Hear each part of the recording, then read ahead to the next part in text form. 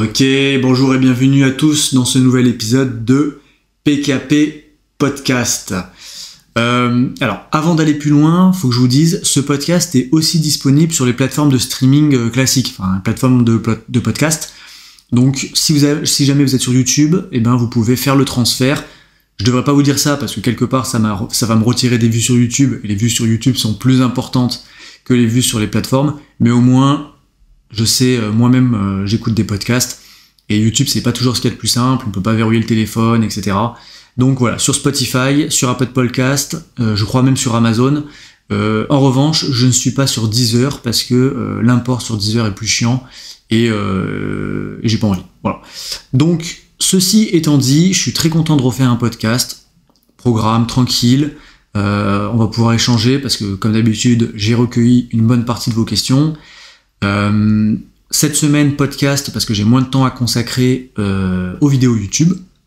Ce sera aussi certainement le cas la semaine prochaine, mais c'est pas grave, je préfère vous faire des podcasts. Vous n'êtes pas orphelin de contenu me concernant. Comme d'habitude, vous savez, là on est à l'épisode 3, donc vos retours sont importants. Et voilà, sans plus attendre, je vous propose qu'on fasse comme ce qui maintenant est devenu une habitude. Alors je dis ça comme si ça fait 2 fois qu'on le fait, mais je vais vous lire mes notes. Et comme ça vous permet de savoir un petit peu de quoi on va parler, sans forcément avoir l'étendue de tout ce qui va être dit, parce qu'évidemment, quand je fais mes notes, c'est pour me souvenir de quoi je dois parler, et pas vraiment pour faire un plan d'introduction. Donc la première chose, c'est on va parler de tout le monde et d'extrême droite. Ensuite, du coup, on va naturellement faire le bingo du facho. On fera un retour sur la vidéo de Morito, l'hypocrisie autour de l'IA, la suppression des jours fériés, et enfin, je répondrai à vos questions. Parce que, comme je vous l'ai dit, le principe de ces podcasts, c'est qu'ils soient interactifs. C'est pour ça que je veux toujours avoir une grande part de réponse à vos questions. En tout cas, pour l'instant, avec le format que j'ai actuellement, c'est ce qui m'intéresse. Donc, je me prends la liberté quand même, parce que c'est mon podcast, de parler de sujets avant, si jamais je les trouve pertinents ou que ça me fait plaisir d'en parler. Mais globalement, il y aura une grosse partie, enfin, je vais essayer d'être assez rapide sur la première partie, pour vous faire les questions en seconde partie, et que ça soit relativement conséquent par rapport à la durée du podcast. Donc pour commencer, on va parler du fait que tout le monde est d'extrême droite, et vous allez comprendre là où je vais en venir après que je me sois un petit peu désaltéré. Alors en fait, tout ça est parti j'ai vu sur Twitter, c'était les grosses têtes, qui ont demandé si la clim était d'extrême droite. Alors bon, déjà... je sais pas vous, mais quand j'entends ça, j'ai envie de... j'ai désinstallé Twitter, voilà, c'est ce que j'avais envie de faire. Mais globalement, en fait, ça m'a permis de me faire la réflexion, ou le constat, que maintenant, en fait, on est traité d'extrême droite pour tout et rien. Alors ça fait longtemps, je suis pas en train d'inventer l'eau chaude, mais ça me permet, en plus, je vais pouvoir vous donner une anecdote qui vous fera rire, donc le sujet va être intéressant. En fait, on part du point de départ, c'est personne n'a envie d'être traité d'extrême droite. Personne n'a envie d'être bon, je le prononcerai pas, mais personne n'a envie d'être lié de près ou de loin à l'extrême droite, ou en tout cas très peu de monde. Il y en a qui l'assument, il y en a qui ont les couilles de le porter, mais globalement, typiquement, si vous travaillez en général dans votre entreprise, si jamais vous avez la moindre idée qui est plus ou moins liable à l'extrême droite, vous allez la garder pour vous, parce que sinon, en fait, vous savez que vous allez avoir des problèmes derrière. Pareil dans certains groupes d'amis, etc. D'ailleurs, des groupes qui sont pas forcément du coup des groupes d'amis. Mais vous avez compris là où je veux en venir. Et de toute manière, là je vous parle de la vie privée, mais c'est évidemment aussi le cas dans la vie publique, si je puis dire. Typiquement, des créateurs de contenu qui se sont fait lier, qui ont été à leur dépens quelque part liés à l'extrême droite à un moment ou à un autre. Derrière, c'est potentiellement soit un arrêt de carrière, soit un arrêt de partenariat avec certaines marques, etc., etc.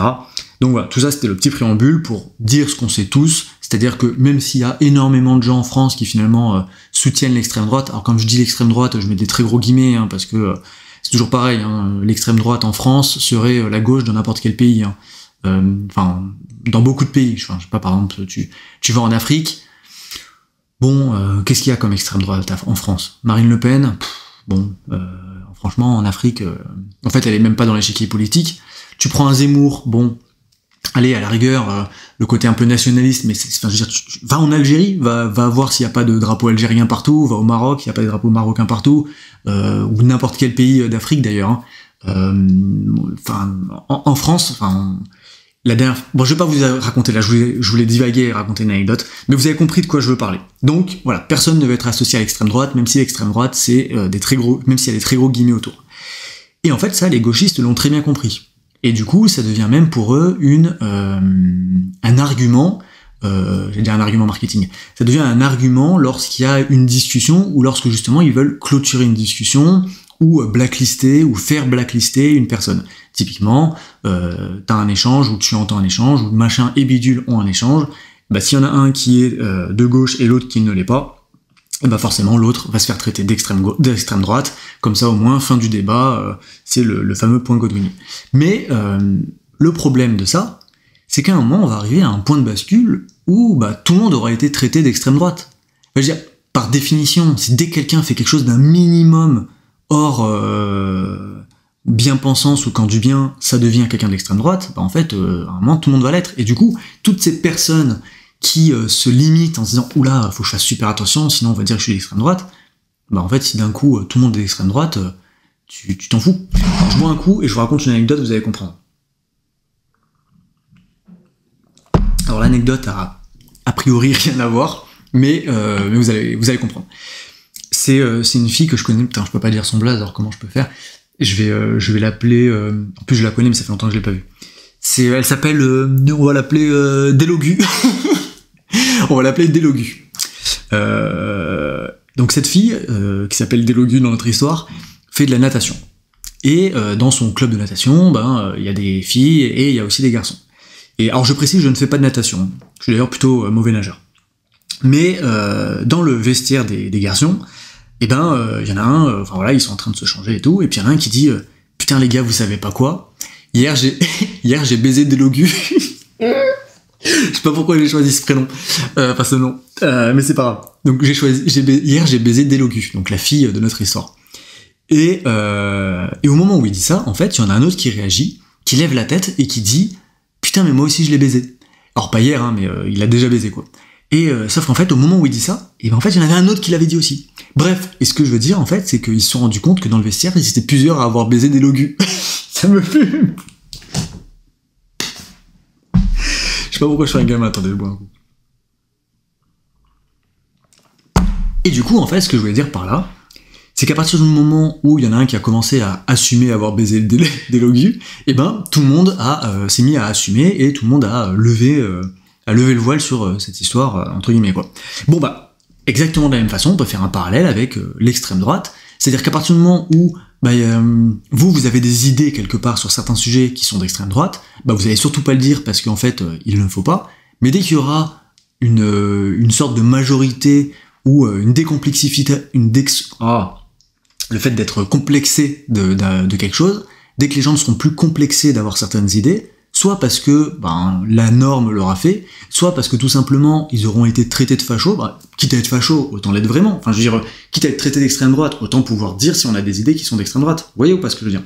Bon bref voilà, ça c'était le premier sujet, et c'était pour répondre à cette question à la con de est-ce que la clim c'est d'extrême droite, et en fait à partir de là, ça m'a donné envie de faire un bingo du facho, parce que on est d'accord, maintenant il y a plein de trucs de la vie de tous les jours qui sont catégorisés d'extrême droite. Et d'ailleurs, l'extrême droite elle-même est catégorisée de facho. Enfin, on est passé directement d'avoir des idées, je sais pas, d'être un peu conservateur, d'être un peu traditionnaliste, à tout de suite, bam, facho. Il y a plus de frontières. C'est extrêmement poreux, t'es d'un côté, t'es de l'autre. Bon, en même temps, ça, c'est un peu l'adage des gauchistes, c'est on enlève les frontières. Donc, le bingo du facho. Alors, premièrement, évidemment, la clim. Parce que du coup, on s'est posé la question, oui, forcément, mettre la clim, c'est consommer de l'énergie, c'est polluer, c'est ne pas penser à la planète, ne pas penser à la planète, c'est ne pas penser aux générations futures, ne pas penser aux générations futures, c'est être égoïste, et être égoïste, par définition, c'est être facho, d'après. Donc, j'ai envie de dire par transitivité, on passe de j'ai envie d'avoir une température convenable qui me permettra de travailler, et de pas faire la sieste de 11h à 18h, ou voire même d'être dans un confort, parce qu'on est dans une société moderne, je je veux du confort, je veux aussi l'eau courante, hein, tant qu'à faire, si possible, mais alors sans trop en demander, parce que je veux pas être un facho, je voudrais même un frigo, voilà, mais dans le package, si je peux avoir la clim pour avoir un air qui est respirable, je le demande, voilà, donc ça fait de vous forcément un facho. Allez. Ensuite, autre truc que j'ai noté comme étant facho, le nucléaire, donc l'énergie nucléaire. Évidemment, le nucléaire c'est facho, hein, pourquoi ? Tout simplement parce que les écolos, l'extrême gauche, est contre le nucléaire, donc par définition, si tu es contre l'extrême gauche, tu es toi-même de facto un facho. Alors, petite expression, petite quand même nuance à apporter sur le nucléaire. Si tu es pour le nucléaire, tu es facho, sauf si le nucléaire est iranien. Là, à ce moment-là, tu as le droit, ça fait même potentiellement de toi un très bon gauchiste. Voilà. Ensuite, évidemment, manger de la viande, c'est facho, hein, on est tous d'accord. L'IA, d'ailleurs, on reparlera de l'IA un peu plus tard, l'IA c'est facho, hein, par définition. Pourquoi ? Parce que... Mais même pas, non, l'IA c'est facho. Si tu te poses la question, c'est que t'es d'extrême droite. si pour toi c'est pas évident, c'est pas une évidence, c'est que t'es d'extrême droite. Faudrait se faire soigner. Le TGV. Et oui, ça vous y attendez pas, hein. Mais le TGV c'est facho. Surtout, déjà parce que c'est cher. Le TGV c'est cher maintenant, donc c'est facho parce que par définition t'as de l'argent. Mais surtout, maintenant que tu as payé ta place, que tu es assis, que tu as la clim dans ta rame, et qu'en plus de ça, tu souhaites que ceux qui n'ont pas payé leur billet baissent leur musique, parce qu'ils écoutent sur des enceintes, voilà, j'ai envie de te dire, t'es facho, hein. Direct. Les autoroutes, c'est facho. Oui, parce que à l'origine, les autoroutes, c'était le French Dream, donc c'est-à-dire que dans les années 2000, tu prenais l'autoroute avec tes parents, tu n'avais pas la clim dans la voiture, parce qu'à l'époque, ça n'était pas encore démocratisé, donc t'avais chaud, t'étais serré à l'arrière, tu étais dans les bouchons, donc en plus t'avais même pas d'air pour pouvoir... oui, parce que tu payais les autoroutes et t'étais dans les bouchons, bon, c'est toujours le cas, hein, mais... Voilà, parce que tu payes une route pour pouvoir aller plus vite, et puis finalement, tu te retrouves à l'arrêt. Mais du coup, en plus, t'avais chaud, parce que même en ouvrant les fenêtres, il n'y avait pas de circulation d'air. Il était 14h, donc ça tapait, enfin bon, bref, voilà. Donc ça, c'était à l'époque, donc c'était dit autrement, c'était le truc de prolo de base. Bon, bah maintenant, l'autoroute, hein, c'est devenu facho. Avec ça, d'ailleurs, la voiture, hein, c'est devenu facho. Sauf certaines voitures, une Fiat 500, voilà. Si t'as une Fiat 500, à la rigueur, c'est pas trop facho. Si t'as une Tesla, maintenant que Elon Musk, c'est facho, hein. Donc même les Tesla qui avant étaient des voitures potentiellement de gauchos, et encore, c'est pas tout à fait vrai, mais les voitures électriques, de manière générale, bon, bah maintenant ça marche plus, en tout cas pas pour les Tesla. Donc voilà. Et sinon, ensuite, si tu t'informes avec autre chose que un journal qui est subventionné, type Mediapart ou Libération, quand je dis subventionné, c'est grassement à hauteur de plusieurs millions par an, forcément c'est facho. Donc ça fait quand même pas mal, hein, pas mal. Je sais pas là vous, où est-ce que vous en êtes dans le bingo, mais globalement, il y a quand même pas mal de cases qui sont cochées, hein, en général, et sans qu'on s'en rende compte, hein, Et après, si vous avez d'autres idées, évidemment, vous me les dites, hein. Non seulement ça permettra de référencer l'épisode, mais en plus de ça, ça sera potentiellement rigolo. Et voilà, je vais passer au sujet suivant qui est la vidéo Amine Morito. Et justement, je parlais de ça. Alors, au-delà de me pignoler sur les statistiques de ma vidéo, c'est pour parler du fait que... Alors, je pars du principe que si vous écoutez ce podcast, vous avez forcément vu la vidéo, qui actuellement a, je sais plus, plus de 200 000 vues, 215, 216, j'ai envie de dire, je suis plus à ça près maintenant. Donc on va dire 200 000, on arrondit, ce qui est un score de fou furieux. Et en fait, ce que je voulais dire sur ce sujet-là, c'est que quand vous avez vu la vidéo, voilà, c'est compliqué de défendre Amine Morito. Voilà, je veux dire... c'est compliqué de dire oui, le pot. Bon bref, c'est un connard, c'est tout. Et ben certains ont quand même fait preuve de mauvaise foi en commentaire. Alors très peu, honnêtement, je m'attendais à beaucoup plus, mais il y en a quand même qui ont tenté. Et à votre avis, je vous laisse quelques secondes pour réfléchir. Qu'ont-ils utilisé comme argument pour me discréditer? Je vais prendre une petite gorgée pour vous forcer à réfléchir. Ils m'ont traité de facho. Ils m'ont traité d'extrême droite. Et oui. Donc en fait, on en arrive à un point où même taper sur un mec comme Amine Morito, c'est être d'extrême droite. Enfin, je veux dire, prenez 2 secondes pour y réfléchir. Enfin, je veux dire, si vous avez vu la vidéo, normalement vous avez fini cette vidéo, vous étiez énervé, hein, c'est normal. Ça fait partie des effets secondaires, voire même potentiellement l'effet primaire. Mais voilà, non, l'effet primaire que ça doit avoir, c'est vous ne voulez surtout pas être comme lui, donc vous voulez faire des choses qui, pour le coup, auront de la plus-value pour vous et pour la société. Et l'effet secondaire, c'est effectivement normalement que vous êtes énervé contre cette personne, potentiellement même contre le pays, l'institution et tout ce qui a fait en sorte que cette personne puisse vivre, respirer le même air que vous, et potentiellement vous casser les couilles, hein, parce que pour tous ceux qui habitent à Paris, je vous rappelle que s'il ne vous a pas cassé les couilles, c'est simplement parce que vous avez eu la chance de ne pas être au bon endroit au bon moment, enfin au mauvais moment. Alors c'est pas vrai pour tout le monde, parce que si vous faites quand même attention, il n'emmerde pas tout le monde. Voilà. Il sélectionne plus ou moins les profils, et il y en a certains qu'il n'a pas osé emmerder. Donc typiquement, si vous êtes dans ces profils-là, c'est pas qu'une question de chance, c'est aussi quelque part, soit vous êtes né comme ça, soit vous avez fait ce qu'il fallait pour avoir un profil qui n'avait pas envie d'emmerder. Bon, voilà, que dire de plus sur cette vidéo? Honnêtement, elle a pété. Alors d'un côté, je suis content, parce que faire une vidéo qui pète, c'est quand même très bien. D'un autre côté, il y a quand même une part de moi qui me dit c'est dommage, parce que c'est un peu une vidéo de con, mais c'est une vidéo, honnêtement, que j'ai kiffé faire, très drôle. En plus de ça, faut savoir que quand je fais une vidéo, bon forcément c'est sur des sujets sur lesquels j'ai un minimum de connaissances de base, mais que je vais compléter ces connaissances via des recherches et un travail autour. Mais ce qui me fait toujours peur, c'est de laisser des coquilles dans mes vidéos et de dire des choses qui sont fausses. Voilà. Alors ça m'arrive parfois de faire des coquilles, par exemple une faute d'orthographe, une faute de grammaire ou quoi que ce soit. Ça me fait extrêmement chier parce que je me dis putain je suis vraiment un fils de pute, je me serais relu, j'aurais pu l'enlever. Mais à la rigueur c'est pas grave parce que ça ne va pas vous donner de mauvaises informations. Et ce que je veux vraiment éviter le maximum, c'est de partager une vidéo dans laquelle je partage justement une fausse information. Une ou des fausses informations. Et donc typiquement, j'en sais rien, quand je fais le tour de France des pires villes, je check à chaque fois, et c'est pour ça que je source que je source tous les chiffres que je donne, et que je vous mets même à l'écran les sources, etc. C'est parce que je veux pas dire, j'ai n'importe quoi, il y a eu 600 vols et cambriolages cette année, alors qu'en réalité il y en a eu que 400. Et je veux pas m'appuyer sur un tweet douteux, ou de je sais pas qui pourrait... non, je veux des vraies données, qui sont vérifiées, vérifiables, etc. Et du coup, ça fait beaucoup de travail qui quelque part est invisible, parce que tout vérifier les chiffres, c'est pas quelque chose c'est quelque chose qui prend du temps, mais à la fin on n'a rien produit, quoi. Je sais pas si vous voyez ce que je veux dire. Alors qu'à l'inverse, sur Amine Morito, il n'y avait pas grand chose à vérifier. Les données étaient assez simples. C'est un connard qui fait des pranks de merde. Bon, voilà, il y a pas besoin de... Tu regardes la vidéo de 30 secondes, tu l'as compris. T'as pas besoin de double-checker, quoi.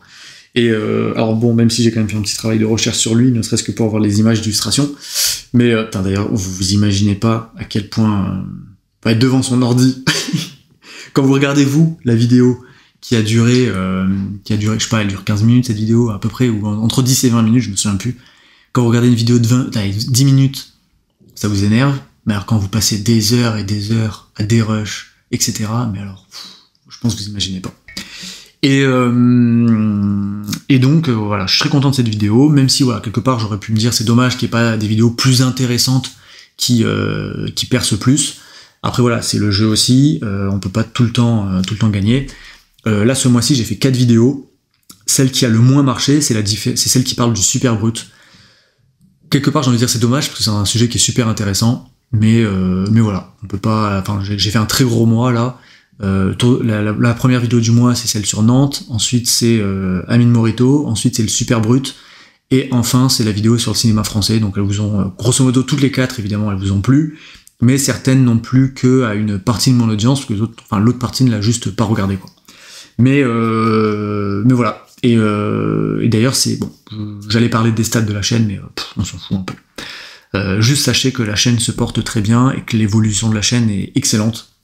De toute manière, si vous me suivez sur Instagram, vous le voyez, hein, chaque fin de mois, je partage les statistiques de ma chaîne et on se rend compte que là, on est en train de passer un cap, quoi. Donc c'est très bien.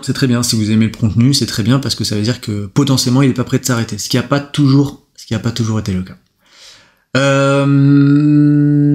Aussi oui, sur Amine Morito, certains m'ont reproché, alors je réponds pas aux commentaires et mon objectif n'est pas de répondre à ceux qui me font des remarques, parce qu'en fait quand je fais une vidéo, il peut y avoir évidemment des remarques constructives, hein. D'ailleurs j'essaie de lire au maximum les commentaires, mais je suis pas là pour rendre des comptes derrière. En fait, si la vidéo te plaît pas, tu prends ton temps, tu fais une vidéo, et puis tu ne casses pas les couilles.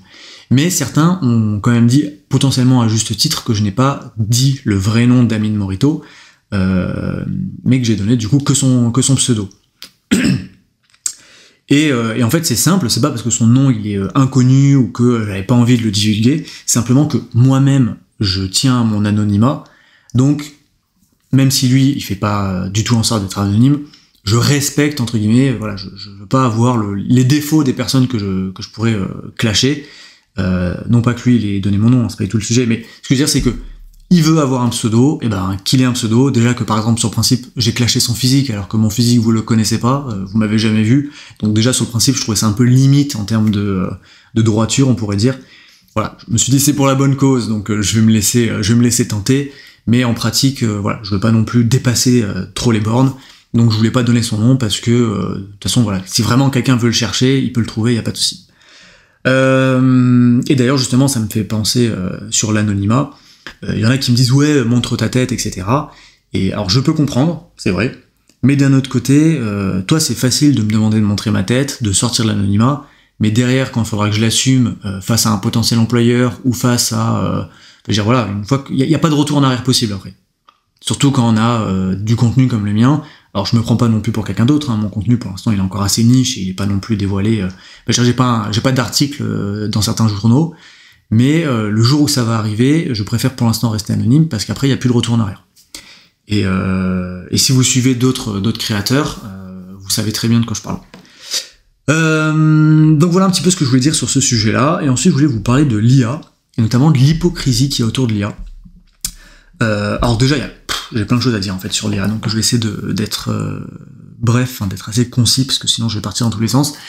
Mais le truc dont je voulais vous parler, c'est qu'en fait, ce qui est drôle, c'est que maintenant, donc sur tous les outils un petit peu de gestion de texte, etc., vous avez des outils justement d'IA qui vous permettent, par exemple, quand vous écrivez un texte, de le raccourcir et de le résumer en bullet point. Donc en bullet point, c'est-à-dire en tiré, quoi, en petit tiré, comme une liste de courses. Et donc c'est bien, par exemple, quand vous avez un gros texte, vous voulez le résumer, avoir les idées principales, etc. Mais à l'inverse, c'est aussi possible d'utiliser l'IA pour, à partir d'idées jetées en vrac, donc grosso modo une liste de courses, quoi, une liste de tirés, une liste de bullet points, de passer à un vrai paragraphe argumenté, écrit avec des phrases, verbes, sujets, compléments, comme un humain normal, quoi. Et du coup, ce qui me fait rire, c'est de me dire qu'il va y avoir des gens qui vont écrire un mail dans le monde professionnel, parce que vous le savez peut-être pas, vous n'êtes peut-être pas concerné, mais dans le monde professionnel, il y a énormément de mails qui sont échangés tous les jours. Et alors ça dépend évidemment de quel type de métier, hein, mais les mails, maintenant il y en a de partout, et dès que vous avez un métier plus ou moins, mais même pas, j'allais dire dans les bureaux, mais en fait pas tant que ça, enfin, vous êtes artisan, et vos clients vous contactent par mail, vous envoyez les factures par mail, enfin vous faites plein de choses par mail, donc des mails il y en a des millions. Et je me dis, il va y avoir des petites Janine de la compta ou de je sais pas quoi, qui vont écrire des textes en bullet point, qui vont demander à l'IA de les écrire en vrai texte, donc ils vont en sortir un pavé. Elles vont envoyer ce pavé en se disant « Oh là, qu'est-ce que c'est bien écrit, etc. » Sauf que la personne de l'autre côté qui l'aura reçu va pas avoir envie de lire tout le pâté. Donc en fait, elle va juste prendre le pâté, le copier-coller dans l'IA, dire à l'IA « Résume-moi ça en bullet point », et finalement, on va lire juste les bullet points. Et ce que je veux dire, c'est que il y a des gens qui, du coup, pour faire genre ils auront écrit, vont passer de bullet point à texte, et de texte à bullet point, alors qu'en fait, j'exagère, mais limite, s'il n'y avait pas certaines conventions, ils pourraient juste envoyer les bullet points, et on aurait gagné du temps, quoi. Voilà. Je sais pas pourquoi. Vous faites ce que vous voulez de cette information. Mais moi, ça me tue de me dire ça, en fait. Ça me tue de me dire qu'il y a des gens, ils vont... Enfin, je sais pas. J'essaie de vous trouver un parallèle, mais c'est vraiment comme si, je sais pas, tu donnes un quelque chose... Enfin, c'est un peu le principe du papier cadeau, voilà. Genre, tu donnes un truc, tu te dis, bon, je vais pas le donner comme ça, je vais bien l'emballer, je vais faire quelque chose de joli, mais le mec qui le reçoit, bah, le premier truc qu'il fait, c'est, bah, ton truc joli, ça me fait chier, tu vois, donc je peux pas l'utiliser, donc faut que je l'enlève. Je l'enlève, et ensuite je peux utiliser ce que tu m'as pris, enfin, je peux bénéficier de ton cadeau. Bon, le cadeau, c'est différent, parce que c'est dans un cadre particulier, ça fait plaisir, justement, il y a l'instant du déballage, etc., etc., donc l'exemple est pas tout à fait, le parallèle est pas tout à fait pertinent. Mais vous comprenez ce que je veux dire. C'est vraiment rajouter une surcouche, donc là en l'occurrence une surcouche d'IA pour rajouter du texte, pour faire une sorte de enfin pas de m'as-tu vu, mais une sorte de, pas bien-pensance, mais de se faire bien voir, pour au final, que ce truc-là, particulièrement, pète les couilles à l'autre, et qu'il soit obligé de revenir en arrière. Alors que tu serais directement... Bon, vous avez compris ce que je veux dire, et ça me fait délirer de me dire ça, que là, il y a des... Pendant que je dis ça, voilà, il doit y avoir des dizaines et des dizaines de personnes en France qui s'envoient des mails, et qui sont en train, en ce moment même, de le faire, et peut-être même qu'il y en a il y en a certains d'entre vous qui le font, qui se reconnaissent, qui se disent, putain, mais c'est vrai, j'envoie un mail, je fais ci, je fais ça, ou je reçois un mail, je fais ça. Bon, je bois un coup et on passe à l'étape d'après, c'est-à-dire l'ajout des jours fériés par François Baltrou. François Baltrou est évidemment une dédicace à Léon, Barge Léon, qui m'écoute peut-être, que je salue. Et François Baltrou le fait apparemment beaucoup rire, donc j'imagine que là il se marre comme un con en écoutant le podcast. Donc il y a des jours fériés qui a priori pourraient être amenés à être supprimés. J'ai pas envie de discuter de ça directement, j'ai envie de vous rappeler qu'il y avait un boulanger qui s'était pris 8000, pas 1 euro symbolique, 8000 € d'amende parce qu'il avait bossé un jour férié. Alors je sais plus quel jour férié c'était, mais voilà, c'était un boulanger, il était en mode, moi j'ai ma structure, à la rigueur je suis seul, ça n'engage que moi, j'ai envie de bosser un jour férié, je bosse mon jour férié. Il s'était pris 8000 € d'amende pour avoir bossé un jour, donc, où le travail était interdit, en tout cas pour sa profession, voilà. C'était interdit pour lui de travailler. Bon bah finalement, maintenant, on en discute un petit peu, et maintenant c'est pas, le travail va plus être interdit, qui va être obligatoire. Parce que, je vous dis, hein, si demain le jour n'est plus férié, si tu ne vas pas bosser, bah t'es en tort. Ça sera pas à la carte, c'est pas si t'as envie qu'il reste férié, il est férié, si t'as pas envie qu'il soit, non. On est passé d'un jour où si tu bosses, tu te prends une amende, à si tu bosses pas, alors je sais pas si tu te prends une amende, parce qu'à la rigueur, peut-être pas déconner, mais ou si tu bosses pas, t'as des torts, quoi. Enfin, vous voyez ou pas ce que je veux dire? On est quand même dans un pays où tu peux pas choisir de si tu bosses ou si tu bosses pas. Enfin, sur le principe, tu peux choisir. Mais vous avez compris ce que je veux dire, quoi. T'as des mecs qui vont te dire, alors ça c'est férié, t'as pas le droit de bosser, là c'est pas férié, parce que j'ai décidé, même si ça l'était jusqu'à présent. Et bah putain, en fait, à la fin, tu te poses pas de questions, parce que t'es pris dans ton quotidien, parce que t'es pris dans... t'as pas le choix, et de toute manière, qu'est-ce que tu veux faire? Rien. À la fin, tu vas rien faire, tu vas fermer ta gueule, et tu vas bosser si on te dit de bosser, tu vas pas bosser si on te dit de pas bosser.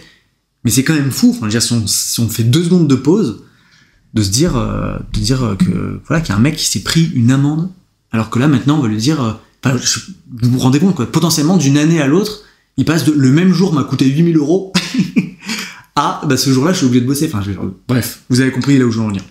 Bon, écoutez, ça fait 27 minutes, ça fait déjà bien assez longtemps. Je pense qu'on va passer aux questions. Comme ça permet d'avoir un podcast qui est pas trop long, mais à la fois, je vais pouvoir développer sur les questions. Alors, je lis la première question. Salut. Alors, comme d'habitude, les questions, vous me les posez. Bon, sur Instagram, vous avez l'habitude. Si elles sont posées en commentaire, je lirai votre pseudo. Et si elles sont posées en message privé, et bien à ce moment-là, elles sont anonymes. Donc là, en l'occurrence, la première question est anonyme. Salut PKP. Question pour le prochain podcast. Est-ce que depuis que tu as commencé la chaîne, tu as eu des retours de la part de gens qui te disent que tu les as fait changer d'avis ou évoluer leur position? Je me dis que dans ton public, tu dois souvent prêcher à des convaincus. En tout cas, merci. En tout cas, c'est mon cas depuis le début. Mais ça sera intéressant de savoir si la thérapie de choc peut être un remède contre le gauchisme. Bonne chance pour le podcast et bonne soirée. Alors laissez-moi boire un coup. Alors merci à toi. Et alors évidemment, j'ai beaucoup plus de personnes qui m'écoutent, qui sont déjà d'accord quelque part avec mon discours, même si mon discours est, je vais pas dire qu'il est flou, mais vous voyez où je veux en venir, j'essaie de pas avoir un discours trop tranché, j'essaie de faire preuve de... C'est un peu une de mes... une valeur sur laquelle je mets un peu d'honneur, c'est un point d'honneur, c'est le fait de rester quand même un minimum objectif. Alors évidemment, parfois je vais grossir les traits, etc. Mais justement, c'est pas dans un but de voir les choses que d'un côté, quoi.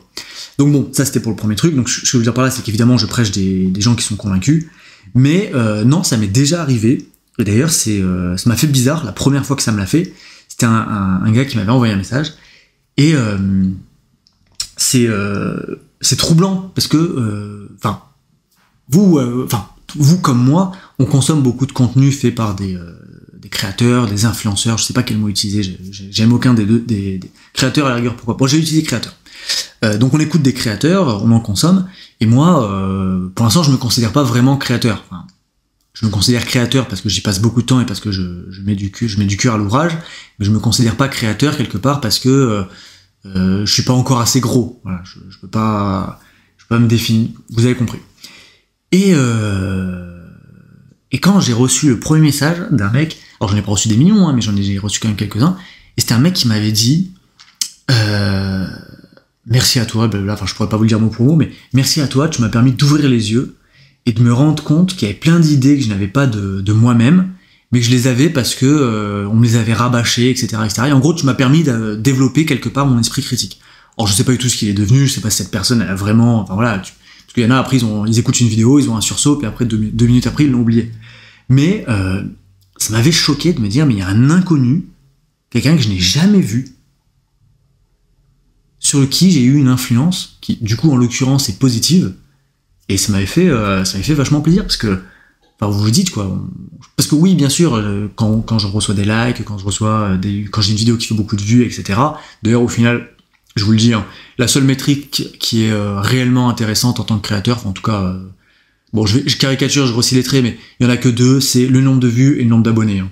Parce qu'en fait il y a que ça qui, j'exagère, mais je préfère faire une vidéo avec 200 000 vues, mais qui va avoir que 10 likes, que l'inverse. Parce qu'en réalité, concrètement, si la vidéo fait beaucoup de vues, c'est qu'elle plaît.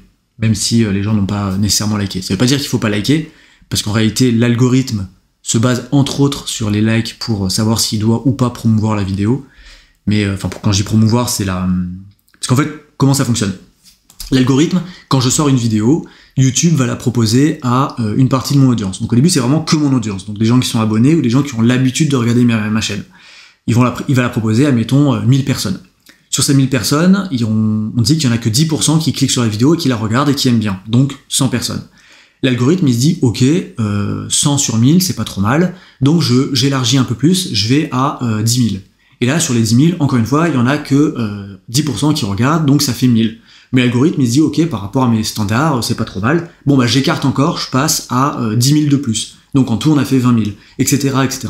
Et donc en fait, c'est en fonction de comment plaît la vidéo à chaque fois que l'algorithme élargit l'audience, en fonction de comment cette audience-là réceptionne la vidéo, et ben l'algorithme se dit ok, je passe à l'étape suivante ou pas.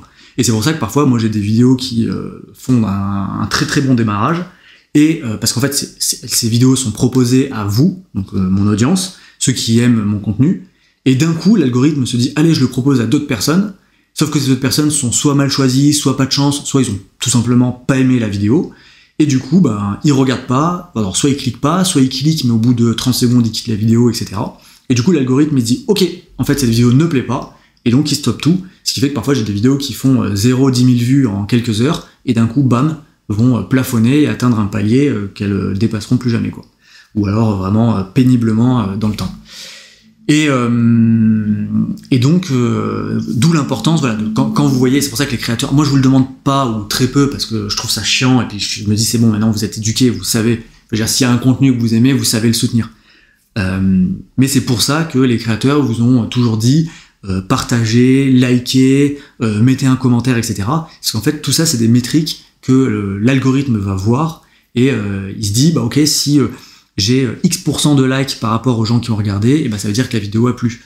Et à l'inverse, bref, vous avez compris, et tout ça est dommage quelque part. Alors ça fait partie du jeu, hein, c'est normal, mais ça fait que parfois on se retrouve à faire des vidéos où moi quand je fais mes scripts, etc., je me dis ok, là faudrait que je dise ça à tel moment, etc., parce que si je le dis trop tôt, les gens après ils risquent de quitter la vidéo, enfin, on se retrouve à faire des trucs un peu à la con comme ça, et alors vous, normalement, moi j'essaie toujours de faire en sorte que la vidéo à la fin, in fine, sorte en étant de bonne qualité, mais parfois c'est prise de tête pour rien, et voilà quoi. Et d'ailleurs, de toute manière, moi je m'en fous, parce que c'est pour ça d'ailleurs que vous voyez des vidéos qui ont, je mets des guillemets, bidé sur ma chaîne, c'est-à-dire qui font des 10 000 vues, ce qui est très bien hein, par rapport à la taille de ma chaîne, mais très peu par rapport au potentiel que je pourrais faire. C'est-à-dire quand vous voyez que je fais des vidéos qui font 100 000 vues, enfin j'en ai plein des vidéos, enfin plein. Proportionnellement, j'en ai quand même pas mal, des vidéos qui ont plus de 100 000 vues, des vidéos à plus de 80, 70 000 vues, etc. Alors que je le rappelle, je n'ai que 30 000 abonnés. Et j'ai des vidéos qui faisaient 100 000 vues, j'avais 20 000 abonnés. J'ai vu des vidéos, peut-être même qui ont fait 100 000 vues, j'avais même pas 20 000 abonnés. Je devais avoir 10, 12, 13, 14. Alors attendez, je bois un coup. Et je dis pas ça du tout pour me mousser. Je dis ça juste pour dire, faire autant de vues proportionnellement à son nombre d'abonnés, y a très peu de chaînes qui peuvent s'en vanter. Et je dis pas ça pour m'en vanter, c'est juste ça pour dire, sur le principe, si la seule chose que je voulais c'était courir après les vues, bah je ne ferai que ce type de vidéo. Typiquement, je ne ferai que le Tour de France d'Épierville, parce que je sais que chacune de mes vidéos du Tour de France d'Épierville va faire plus de 100 000 vues. Là, vous pouvez regarder, hein, elles l'ont toutes fait. La seule qui l'a pas fait, c'est la dernière, mais simplement parce qu'elle a pas encore le temps d'atteindre 100 000 vues. Elle va y arriver tranquillement. Mais je veux pas faire ça, parce qu'il y a d'autres sujets que je trouve intéressants. Typiquement, une des vidéos qui a le plus bidé sur ma chaîne, c'est la vidéo sur la nutrition. Mais c'est pas grave, je m'en fous. Moi j'ai fait une vidéo que je considère très bien, perfectible évidemment, de toute façon quand vous êtes créateur, vous avez toujours envie de... Enfin, si vous aviez un mois de plus, vous feriez la vidéo avec un mois de plus, parce qu'en fait, il y a toujours des trucs à améliorer. Mais non, je suis très content d'avoir fait cette vidéo, quand même c'est une vidéo qui bide, et qui d'ailleurs me pourrit mes stats, notamment quand après je vais voir des marques pour essayer d'avoir des sponsors. C'est un peu le problème, parce qu'en fait, imaginez, vous faites des vidéos à 200 000 vues, comme par exemple celle d'Hermine Morito, ou allez, sans aller dans les extrêmes à ce point, vous faites des vidéos qui font 100 000 vues. Bon bah les marques, elles disent super, je paye X, et puis d'un coup j'ai 100 000 vues. Trop bien. Mais non, parce qu'en fait, elles, ce qu'elles regardent, c'est les vidéos qui font le moins de vues. En disant, à tout moment, je vais faire le plus, mais très bien, mais moi faut que je prévoie au cas où la vidéo bide, et sur cette chaîne, une vidéo qui bide, c'est combien? C'est 10 000 vues. Bon bah donc eux, ils commencent à parler sur la table en parlant de 10 000 vues. Et c'est normal, parce que qui peut le plus peut le moins.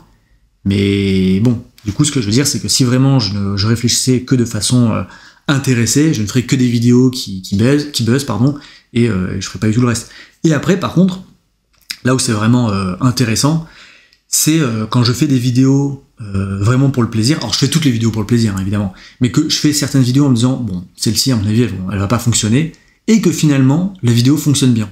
Donc par exemple, là, celle du cinéma, qui est sortie la semaine dernière, elle fonctionne très bien, alors que c'était une vidéo que j'avais pas faite du tout en me disant qu'elle allait bien fonctionner. Typiquement, pour rester dans le même thème, la vidéo sur Batman, c'est ma première vidéo qui a atteint les 100 000 vues, donc c'est une vidéo, c'est une super vidéo, enfin une vidéo qui a fait des super statistiques, et pourtant, c'est une vidéo, quand je l'ai faite, j'étais en mode, oula, je sais pas du tout comment elle va être accueillie, et au final, bah, super content. Et d'ailleurs, ça c'était trop bien parce que ça m'a permis de me dire, mais en fait, je peux faire tout ce que je veux, quoi, sur ma chaîne. Je peux faire plein de formats différents. Charge à moi de le faire de façon intelligente. Charge à moi de le faire de façon intéressante. Mais sur le principe, je peux parler de tout, ça va plaire, quoi.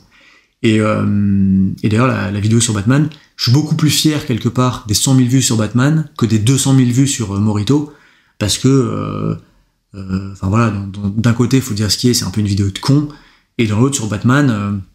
Alors déjà, c'est une vidéo que j'ai faite 100% de moi-même. Je crois que c'est la seule vidéo de ma chaîne que j'ai faite sans aucune recherche. J'ai vraiment fait, page blanche. J'écris des trucs en fonction de ce que j'ai ressenti sur le film. Je l'ai fait vraiment parce que c'est un film que j'aime beaucoup et une trilogie que j'aime beaucoup. Et d'ailleurs, je continuerai à l'avenir.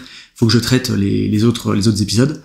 Mais voilà, je suis parti de ce que j'en ai, mon interprétation, et ça a beaucoup plu, donc je suis très content. Je dis pas que je suis le seul au monde à avoir ces interprétations, parce que j'imagine que de toute façon, ne serait-ce que statistiquement, on se croise. Je sais qu'il y a certains trucs aussi que de toute manière j'ai vu par la suite ou quoi que ce soit, donc je sais bien que mon analyse n'est pas propre qu'à moi-même et que je suis pas exceptionnel dans ce sens-là. Mais j'étais content parce que j'ai pas fait comment interpréter le film Batman, et bam, une fois que je suis tombé sur un article, je vous fais une vidéo sur l'article. Non, j'ai fait ça à partir de mon interprétation. Bon, on s'est complètement éloigné de la question, je suis désolé, mais en même temps, ça m'a permis de parler un petit peu de la chaîne, et je pense que si vous écoutez le podcast, de toute manière, c'est un peu, je vais pas dire c'est ça qui vous intéresse, mais c'est que vous connaissez le personnage PKP, vous avez envie potentiellement, ça peut vous intéresser d'en savoir plus, donc je me permets de divaguer un petit peu sur ce sujet-là, et au pire, c'est pas grave si j'ai pas le temps de traiter toutes les questions, de toute façon, c'est sûr. Là, ça fait combien de temps que j'enregistre ? Ça fait 39 minutes, donc c'est sûr que j'aurai pas le temps de tout traiter, mais c'est pas grave, au pire je ferai un deuxième podcast, ne vous inquiétez pas. Est-ce que j'ai répondu à ta question ? Je crois que oui, donc tu me demandais en gros, hein, si, pour rappel, si j'avais déjà eu des retours de gens qui disaient que j'avais changé leur vision ou quoi que ce soit, grâce à mes vidéos. Et donc évidemment, je pense que statistiquement, il y en a très peu il y en a beaucoup moins que de personnes qui sont déjà plus ou moins d'accord avec ce que je dis, mais c'est pas grave. Non pas parce que je ne dois pas dire des choses. déjà parce que ceux qui sont déjà plus ou moins d'accord, bah ça leur permet d'avoir des clés supplémentaires, potentiellement de lever certains verrous, d'aller un peu plus loin, d'avoir des analyses, d'avoir etc etc. Donc tout ça c'est très bien.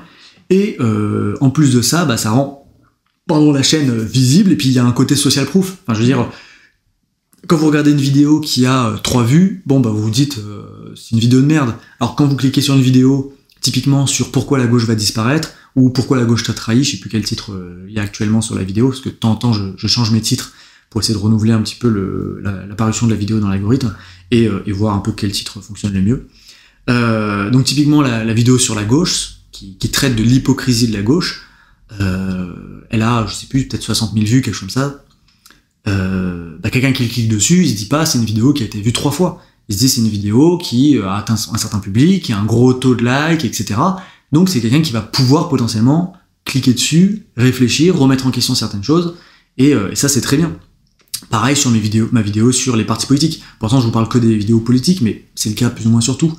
Et typiquement la vidéo nutrition, voilà, elle a bidé, bon bah quelqu'un qui recherche quelque chose sur la nutrition, qui recherche, des informations sur la nutrition, bah je pense pas qu'il clique sur ma vidéo pour la simple et bonne raison que ma vidéo en fait elle a trop peu de vues pour avoir justement cette social proof, cette preuve sociale, et le fait d'avoir été validé par parce qu'on fonctionne comme ça, hein, les humains. Si vous voyez quelqu'un qui est extrêmement populaire et que tout le monde dit il est trop bien, bah avant même de vous-même avoir votre propre avis, bah vous allez être biaisé.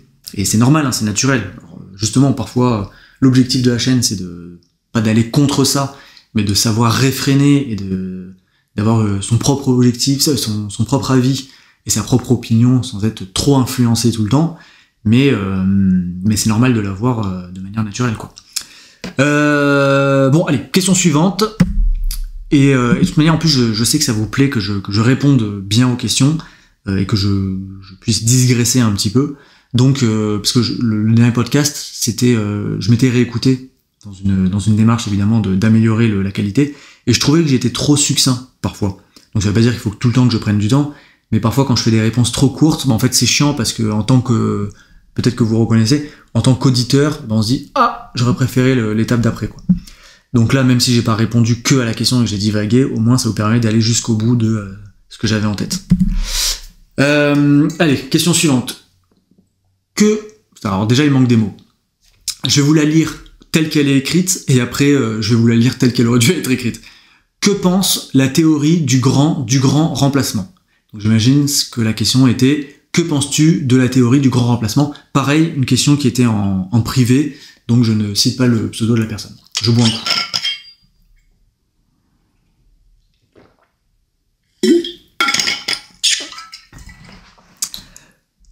Qu'est-ce que je pense de la théorie du grand remplacement? Bah déjà, prends le RER et tu peux enlever le mot théorie. Va dans un supermarché, tu peux enlever le mot théorie. Va dans une prison, tu peux enlever le mot théorie. Donc tu vois, tu m'as posé une question, c'est gentil. T'as oublié certains mots dans ta question. Pourquoi t'as laissé le mot théorie? Pourquoi? Tu pouvais l'enlever? C'était lui qu'il fallait enlever. Voilà. Donc non, j'en pense. Qu'est-ce que je peux dire sans avoir de problème avec la justice? En fait, même si je pense que ce podcast, comme d'habitude, en général, il va faire à peu près entre 8 et 10 000 vues, enfin 10 000 écoutes. Ce qui, je crains, voilà, pour être tout à fait honnête avec vous, je crains qu'un jour ma chaîne soit pète d'une façon ou d'une autre. Enfin pète de façon linéaire, hein, mais par exemple là j'ai fait une vidéo sur Amine Morito, elle a fait 200 000 vues. Bon bah si demain la vidéo qui fait 200 000 vues c'est une vidéo, je sais pas, sur la gauche typiquement, j'ai peur qu'il y ait des médias, notamment certains médias subventionnés, qui me prennent un peu pour cible et se disent ok celui-là on va l'écouter, et celui-là on va essayer de trouver toutes les failles, toutes les petites bêtes pour aller le niquer, tu vois. Et du coup, là j'allais parler du grand remplacement, et je vais le faire, mais il faut que j'arrive à trouver des tournures de phrases qui feront que d'un point de vue légal, je n'aurai pas de problème. Mais, toujours avec un peu de racisme, parce que ça fait plaisir. Putain, qu'est-ce qu'on se sent bien. Et quand on dit le mot racisme, ça va mieux. Ça va mieux. Donc, qu'est-ce que je pense de la théorie du grand remplacement? Bon, déjà, ce que je voulais dire, c'est que c'est pas une théorie, comment le dire, les Français d'origine étrangère, il y en a de plus en plus. Si je dis qu'ils sont pas français, c'est là que je vais avoir des problèmes avec la justice. Non, bon, bref, j'arrête avec ça parce que c'est chiant. Ce que je veux dire, c'est que c'est pas une théorie. Il y en a beaucoup plus. Des personnes qui sont issues de l'immigration, des personnes qui sont issues d'une autre culture, des personnes qui sont issues d'autres pays. Je veux dire, il n'y a pas besoin de... faut vraiment être hypocrite. Et contre la mauvaise foi, on peut rien faire. Faut vraiment faire preuve de mauvaise foi pour croire que ça n'existe pas. Donc, partant de ce constat-là, on peut juste se poser la question, est-ce que c'est bien, est-ce que c'est mal, est-ce que ça a des côtés positifs, est-ce que ça a des côtés négatifs? Je vais pas tout traiter parce que sinon on en a pour 20 ans, mais moi ce que je peux dire, c'est que je ne crois pas en la capacité à un peuple à être fédéré, alors que ce peuple est issu de 10 millions de communautés différentes qui n'ont quelque part rien en commun. Parce que je veux dire, c'est que comment vous pensez... Voilà, si par exemple il y a un match de foot, l'équipe de France bat X équipe. Bon bah tout le monde va être content, tout le monde va supporter l'équipe, parce qu'en fait c'est l'équipe de son pays. On a quelque chose en commun, on a un drapeau, on a etc. Mais à partir du moment où vous n'avez plus rien en commun, que le drapeau vous pouvez plus le sortir, que typiquement, je fais une petite pause sur le drapeau. D'ailleurs le drapeau français, j'avais lu un texte une fois d'un militaire qui disait « Personne ne sait ce que représente le drapeau tant qu'on n'est pas dans un théâtre d'opération extérieure et qu'on a un milieu totalement hostile autour de nous, et qu'on a qu'un seul truc auquel se raccrocher, c'est le drapeau. » Alors je suis désolé, je fais pas du tout honneur au texte, parce que je le fais de tête, enfin pas de tête. Là, je sais pas de réciter le texte, mais je fais un résumé grossier d'un texte que j'ai lu il y a plusieurs années, mais ça m'avait marqué de me dire, mais c'est vrai, le drapeau français, nous, on le voit comme le drapeau de notre nation, etc., mais il y en a qui le voient comme c'est le refuge. Et bon bref, et quand je pense qu'après il est sali et tout, bon bref, c'est pas le sujet. Ce que je voulais dire, c'est tu peux pas avoir un peuple qui fait union s'il n'y a pas des choses qui lui permettent de faire ciment. Donc une histoire, donc typiquement quand tu viens d'autres pays, tu peux pas avoir la même histoire, ou alors il faut te l'approprier, ce qui est possible, hein. Mais s'il y a ça, plus ça, plus ça, plus ça, plus ça, à la fin en fait ça fait juste une nation qui est déconstruite quelque part, et qui n'a plus d'unité. Je suis pas en train de dire c'est bien ou c'est pas bien, même si j'ai ma petite idée, mais ce que je veux dire, c'est que je ne crois pas dans cette théorie, justement, on peut prendre des gens de n'importe quel monde, les mettre tous ensemble, et à la fin se dire, le jour où il y en a un qui se fera taper dans les pattes, et bah l'autre va venir l'aider. Non, c'est faux. Le jour où il y en a un qui se fera taper dans les pattes, l'autre dira, bah, tant que moi ça va. Bismillah. Mais, et d'ailleurs, on peut même à petite échelle, on s'en rend compte. Enfin, je veux dire, si vous êtes de la même famille, vous avez des amis proches, avec qui vous prenez des amis, avec qui vous avez une histoire commune, vous avez vécu des trucs durs, etc. Le jour où il y a une galère à l'un d'entre eux, bah, vous allez essayer de l'aider. Le jour où c'est un inconnu, je dis pas que vous allez lui mettre un coup de pied si le mec est par terre, histoire de dire, allez, je vais en rajouter, je vais l'enterrer. Non, mais simplement vous allez peut-être moins l'aider. Bon bah là c'est exactement pareil. Alors l'exemple est très grossier, mais je pense qu'on est tous d'accord, et on peut tous le dire. Et c'est ça aussi un des problèmes, et on en revient à ce que je disais en introduction, c'est pour ça que je voulais traiter ce sujet-là, c'est parce que c'est un sujet qui est fondamental, c'est que maintenant on dit des choses comme ça, on dit typiquement, bah, je comprends pas comment des gens qui viennent de pays différents, qui n'ont rien en commun, peuvent à la fin faire une nation, ou peuvent faire unité, peuvent faire bloc, ça devient d'extrême droite ou quoi de dire ça, mais non, c'est le cas partout.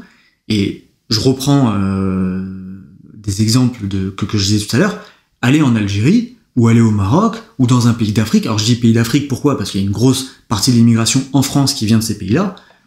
Bon, tu vas au Soudan, tu dis je suis français, je suis blanc, et je fais partie de ton pays, on te dit... Bon, je dis le Soudan, j'en sais rien, je connais pas du tout le Soudan. Mais vous avez compris là où je veux en venir. Et c'est le cas déjà dans certains... Par exemple, vous allez en Corse, si vous n'êtes pas corse, bah... doucement, quoi. Doucement. Vous voyez ce que je veux dire ? Bon... vous allez en Bretagne, la Bretagne c'est encore autre chose. Bon, vous avez compris, voilà, faut vraiment, si vous êtes pas con, vous avez compris, je veux dire, et là j'ai même pas mis des mots sur des trucs, c'est juste que normalement ça on n'a plus le droit de le dire, et c'est fou de, et ça c'est un gros problème, c'est qu'à force d'avoir des interdictions, on n'a plus le droit de penser certaines choses, Et là, quand je vous le dis, je suis sûr qu'il y en a certains qui sont... Si par exemple, voilà, je vais vous dire la phrase. Quand il y a trop d'étrangers au même endroit, et ben les autochtones, donc c'est-à-dire littéralement ceux qui sont nés ici, etc. Enfin, je veux dire autochtone, je crois que la définition littérale, c'est ça, hein, c'est le peuple qui est né à cet endroit-là. Et ben forcément, il se dilue, ou il perd ses racines, ou voilà. Ben, si je vous dis ça, presque vous êtes mal à l'aise, vous êtes là, oula, qu'est-ce qu'il dit le monsieur? Alors que là c'est du A plus B. Je suis même pas en train de dire c'est bien, c'est pas bien. Mais vous voyez ce que j'ai? Et c'est ça, moi, un truc qui m'embête, et c'est notamment ça que je veux lever avec ma chaîne, c'est qu'il y a des trucs qu'on n'a plus le droit de dire, qu'on n'a plus le droit de penser, et c'est assez insupportable, en fait. Hein. Et là, j'ai rien dit de fou. Hein. J'ai dit quelque chose, je n'ai même pas parlé de la France. J'ai même pas dit c'est le cas en France ou quoi que ce soit.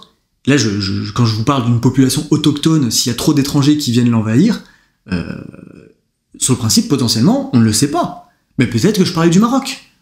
Et là, par contre, si j'avais fait ma phrase comme ça en disant « Oui, c'est sûr que si au Maroc, il y a plein d'Asiatiques, plein de Chinois qui viennent, qui rachètent tout et qui font...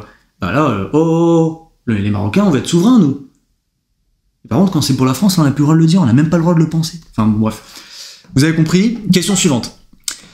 Un avis... Alors là, justement, donc c'est Pirzak, Prizrak. Bon, vous l'avez compris, je suis dyslexique. Voilà. Fallait que je le dise un jour. Je l'ai dit au bout du 3e podcast. Je suis dyslexique. C'est pour ça qu'une fois, je vous ai fait chier aux dyslexiques.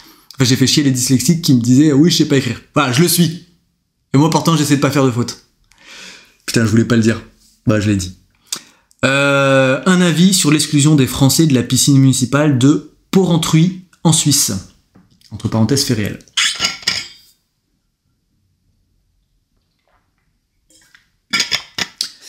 Alors, cette histoire, pour ceux qui n'ont pas suivi, c'est, donc comme le commentaire indique, une piscine en Suisse qui a interdit son entrée aux Français. Et donc plus large, enfin globalement du coup à ceux qui n'étaient pas suisses. Pourquoi? Parce que je crois, je cite, alors j'ai vu l'histoire passer il y a quelque temps, mais je cite parce que les enfants suisses ne font pas de bruit et ne font pas de cohue ou ne font pas de bordel quoi. Bon, j'ai pas assez suivi le truc pour pouvoir vraiment vous dire, mais de ce que j'ai cru comprendre, c'est qu'en gros c'était pas le problème n'était pas était ce qu'on appelle les French Arabic. Alors attention, quand je dis French Arabic, c'est une appellation que je n'ai pas inventée, que n'importe quel droitard ou je sais pas quoi n'a pas inventé, mais que j'ai lu sur le site de l'ambassade de France en Thaïlande. Et oui monsieur. Ah, tu t'y attendais pas non plus à celle-là. Sur l'ambassade, j'ai fait mes recherches quand je parlais d'Amin Morito. Il est notamment allé en Thaïlande, et en fait, vous le savez, en Thaïlande, les Français ont la très mauvaise réputation, parce que y a plein de Français qui vont en Thaïlande et qui font de la merde. Pourquoi? Parce qu'en fait, là-bas, le coût de la vie est bien moins élevé qu'en France. Donc en fait, t'arrives avec un salaire normal en France, t'arrives en Thaïlande, t'es un petit peu le roi du pétrole. Ce qui fait que t'en as plein qui, tu payes ton billet d'avion, mais une fois que t'es là-bas, ça y va YOLO, quoi. En plus, en Thaïlande, il y a tout un réseau, toutes les raisons qu'on pourrait imaginer pour aller en Thaïlande. Et du coup, les Français ont une mauvaise réputation à cause de ça. Sauf qu'en fait, c'est faux. C'est pas les Français. C'est ce que les Thaïlandais et l'ambassade française en Thaïlande, le site de l'ambassade française en Thaïlande. Bon, je sais plus exactement si c'est l'ambassade en Thaïlande ou si c'est le site de l'ambassade. En tout cas, vous tapez de toute façon site de l'ambassade, ambassade France Thaïlande. C'est juste, voilà, je sais pas si c'est l'ambassade de France en Thaïlande qui a écrit ça, ou si c'est un mec en France, mais peu importe. Et ben en fait, c'est pas tous les Français, c'est les French Arabic. Donc en gros, les Arabes français, quoi. Donc, les Français qui sont issus de l'immigration maghrébine. Ça veut pas dire que tous, ok, c'est bon, m'emmerdez pas. Mais c'est ça le problème qu'il y a en Thaïlande, en fait. Et je pense qu'en Suisse, je me suis pas assez penché sur le sujet, mais je pense qu'en Suisse, c'était un peu le même sujet.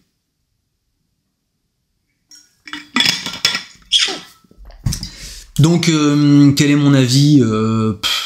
Franchement, j'ai envie de dire, mais ils ont bien fait. Ils ont bien fait. S'il y a des pays qui veulent être tranquilles et que pour ça, il faut taper dans le gros, et parce que évidemment, ils pourraient, mais ils vont pas dire on empêche les French Arabic, parce qu'en fait, un French Arabic, c'est quoi la définition? Genre, vous la connaissez, je la connais, mais concrètement, au niveau quand t'es à l'entrée de la piscine et que tu dis toi t'as le droit, t'as pas le droit, on va dire c'est un délit de faciès. C'est comme les flics quand forcément Oui, forcément, quand t'es flic, tu vas pas arrêter. Bon, voilà, vous avez compris quoi. Donc non, forcément, ils peuvent pas le faire. Ils peuvent pas faire le délit de faciès ou je sais pas comment la gauche appellerait ça. Du coup, ils bloquent à tout le monde. Comme ça, qui peut le plus, peut le moins. Encore une fois. Donc on s'emmerde pas. Nous au moins, on est entre Suisses. On peut regarder. En Suisse, le SMIC, je l'ai regardé la dernière fois parce que j'en parlais avec quelqu'un. Et il est à 4300 €, je crois, un truc comme ça. Le SMIC. Alors oui, vous allez me dire, oui, les Suisses, ils ont pas de machin, etc. Bon, c'est bon, t'as compris. 4300 €. Parce que le jour où ils veulent acheter un iPhone, l'iPhone, il coûte quand même 1000 €, hein, que tu sois en France ou en Suisse. Sauf qu'en France, 1000 €, c'est quasiment un SMIC. Là-bas, c'est un quart. Pareil, hein, tu vas acheter une voiture, parce que quand t'es en Suisse, au pire, voilà, tu prends le train, tu vas en France, t'achètes ta voiture en France, tu retournes en Suisse. Hein. Je dis ça dans le sens où je ne sais pas combien coûtent les voitures en Suisse, mais si dans le cas où elles coûtent plus cher, il y a il y a des biens de consommation que tu peux quand même aller acheter ailleurs. Alors oui, peut-être que pour la santé, il faut payer une mutuelle, etc. Mais déjà, j'ai envie de dire, en France, qui n'a pas de mutuelle? Enfin, tu travailles, t'as obligatoirement une mutuelle. Alors c'est peut-être pas le même prix, etc. Donc, là, je divague. Mais ce que je veux dire, c'est que 4000 € le SMIC, bon, ça veut dire que n'importe qui bosse, alors je sais pas combien c'est en Suisse, on va dire l'équivalent des 35 heures en France, il gagne plus que toi. Potentiellement plus que toi et ta meuf réunis. Parce que en France, je crois que le salaire médian, c'est genre 2000 balles, un truc comme ça. Donc ça veut dire que 50% des gens gagnent moins que ça. 4300. C'est-à-dire c'est pas un jugement de valeur sur ces métiers, hein, mais je veux dire, t'es agent d'entretien, enfin, je veux dire, t'es femme de ménage, tu gagnes plus que potentiellement un cadre en France. Et je suis pas en train de dire le problème c'est la Suisse. Hein. Bon. Donc ils ont très bien fait, voilà, c'est tout ce que les Français méritent, d'avoir soit cautionné, soit d'avoir été des merdes, si jamais c'est ceux qui faisaient de la merde dans la piscine. Je vais dire dans la cuisine. MDCB 255, tu fais quoi comme études? Je prends très mal cette question, ça fait un petit moment que je suis plus dans les études. Un petit moment. Dima Balls, Hack V2. J'ai dit ton pseudo en entier, mon gars. Qu'est-ce qu'il y a? Est-ce un truc d'autiste ou gay de boire du matcha? Entre parenthèses, private joke.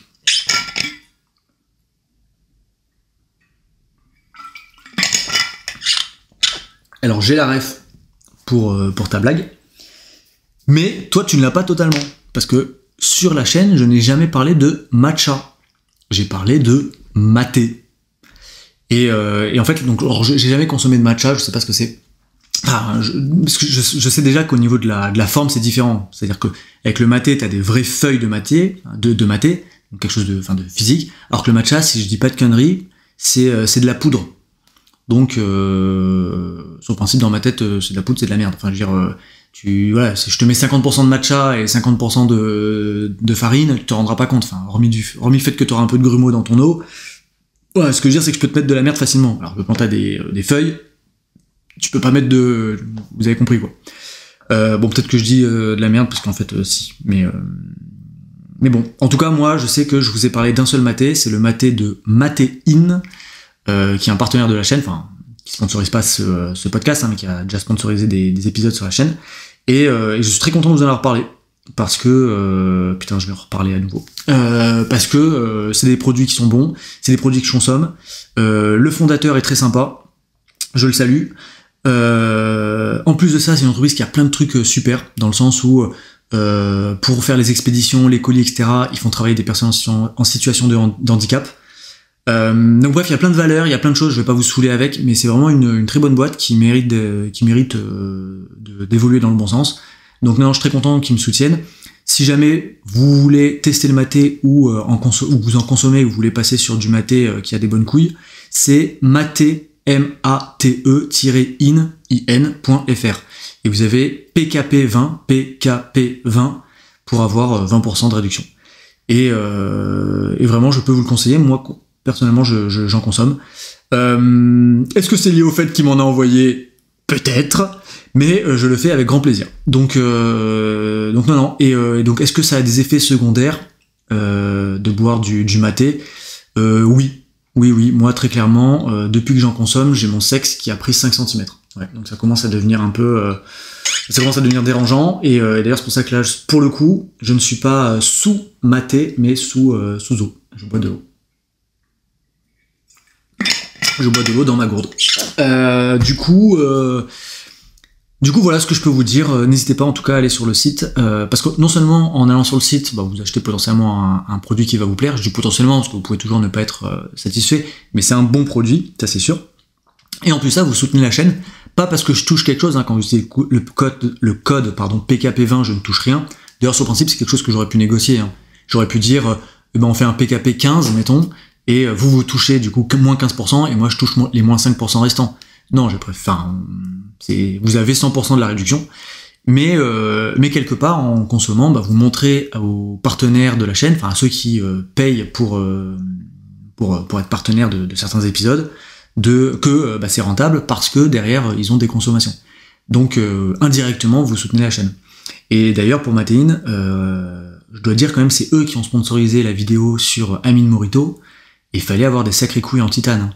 Enfin, on parle pas de sponsoriser une vidéo typiquement sur la nutrition ou je sais pas quoi.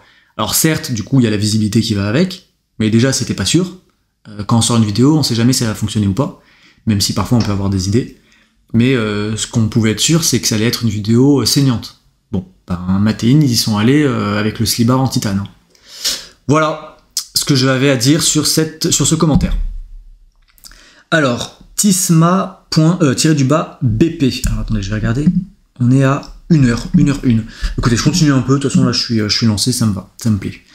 Après ta vidéo sur le cinéma, comptes-tu parler d'autres sujets liés à l'art, comme l'évolution de la musique ou de la littérature en France par exemple? Oui, la réponse est oui.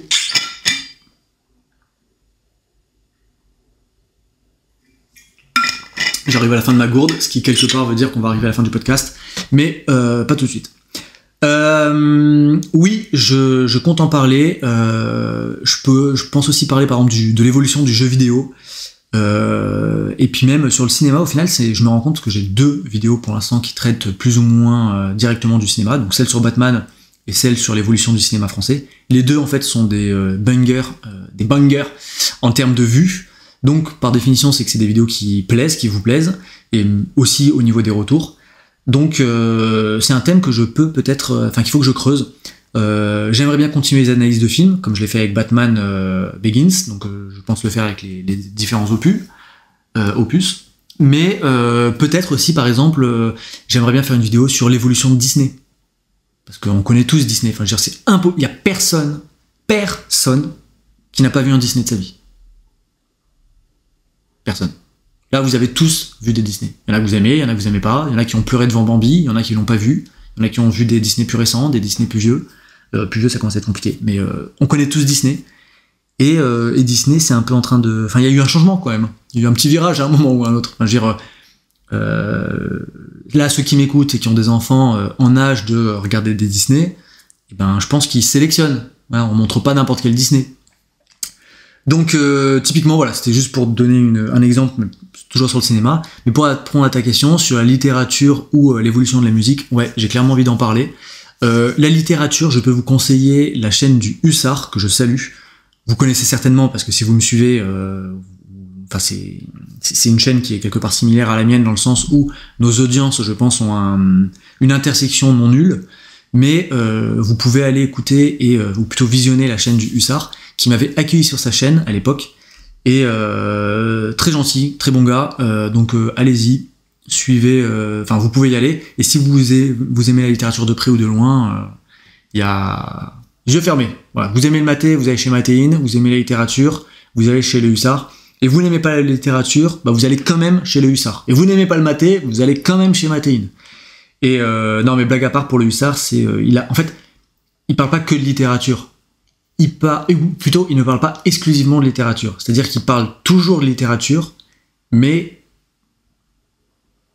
Je sais pas comment dire ça. En fait, ceux qui n'aiment pas la littérature trouvent que la littérature c'est chiant, alors qu'en fait, ça ne l'est pas. Surtout qu'il ne parle pas que de ça. Il va pas juste vous dire « Oui, alors là, nous avons une litote, c'est trop... » Non, il va pas faire le prof de français super chiant. Vous voyez ce que je veux dire? Donc vous pouvez y aller, vous regardez une de ses vidéos. En plus, j'apparais dans une de ses... Enfin, j'apparais.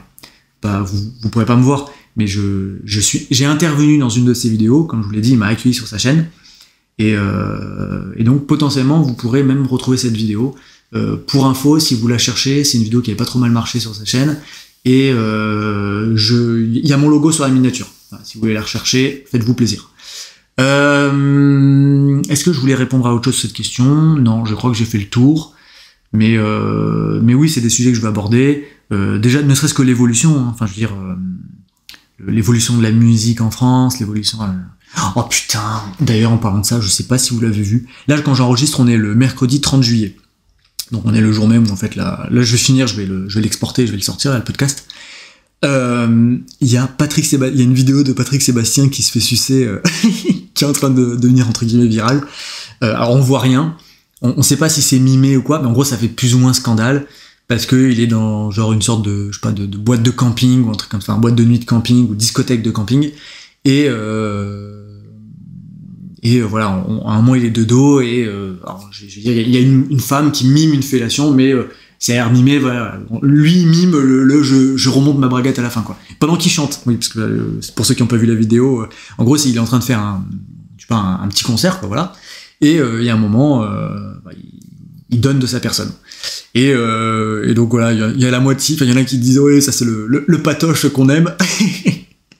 Et il y en a d'autres qui disent c'est n'importe quoi, c'est dans un camping, il peut y avoir des enfants, etc.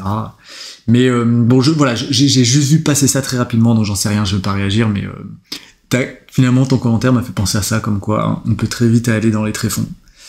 Allez, commentaire suivant. Slip ou caleçon du coup? Bah voilà une question intéressante qui est posée par ELDRD. Allez, dernière gorgée. Écoutez, vous savez ce que je vous propose, c'est que je réponde à cette question au prochain podcast. Putain, c'était pas prévu, mais quel timing. Quel timing. Je savais pas que ça allait être ça, la prochaine question, mais... Bon, écoutez, le truc de abonnez-vous et tout, ça me fait chier, donc je vais pas le faire. Vous savez ce que vous avez à faire si vous avez envie. Je vous laisse avec le jingle. On t'a menti pendant des années, mais maintenant t'as PKP. Tu ne sais pas où ça te mènera, mais d'ici